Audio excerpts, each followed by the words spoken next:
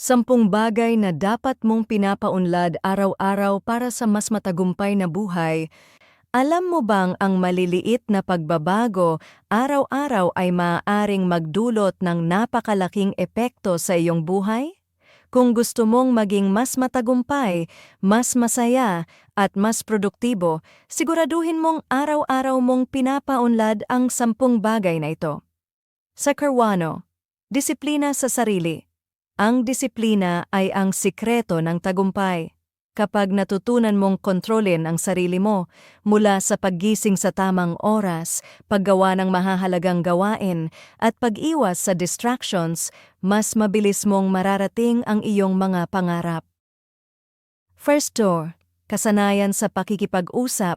Ang tamang komunikasyon ay isang mahalagang kasanayan sa buhay.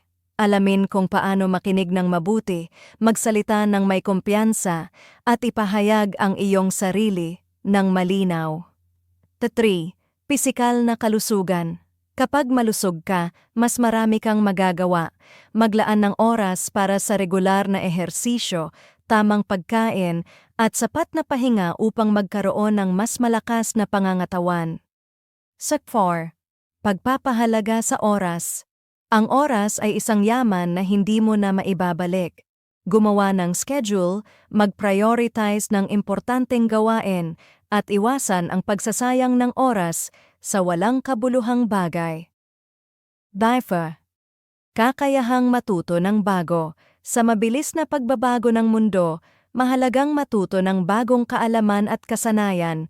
Magbasa, manood ng makabuluhang content, at palaging maghanap ng paraan para lumago. 6. Positibong pag-iisip. Ang tamang mindset ay maaaring magpabago ng buhay mo. Harapin ang mga pagsubok ng may positibong pananaw at huwag hayaang matalo ka ng negatibong pag-iisip. Chapter 7. Tamang pakikitungo sa tao. Ang paraan ng pakikitungo mo sa iba ay may malaking epekto sa iyong buhay. Matutong rumespeto, magpakumbaba, at bumuo ng matibay na relasyon. Sector 8. Pagtitipid at paggamit ng pera ng matalino. Ang pera ay isang mahalagang bahagi ng buhay. Matutong mag-ipon, mamuhunan, at gumamit ng pera sa tamang paraan upang hindi ka mawalan sa hinaharap. Check siyam. Mental at emosyonal na kalusugan. Ang kalusugang mental at emosyonal ay kasing halaga ng pisikal na kalusugan. Maglaan ng oras para magpahinga, mag-reflect, at alagaan ang iyong isipan. 10. Pagtulong sa iba. Ang tunay na tagumpay ay hindi lang tungkol sa sarili mo, kundi sa kung paano mo napabuti ang buhay ng iba, maging mapagbigay, tumulong, at mag-iwan ng mabuting alaala sa iba. Ang tagumpay ay hindi isang one-time event.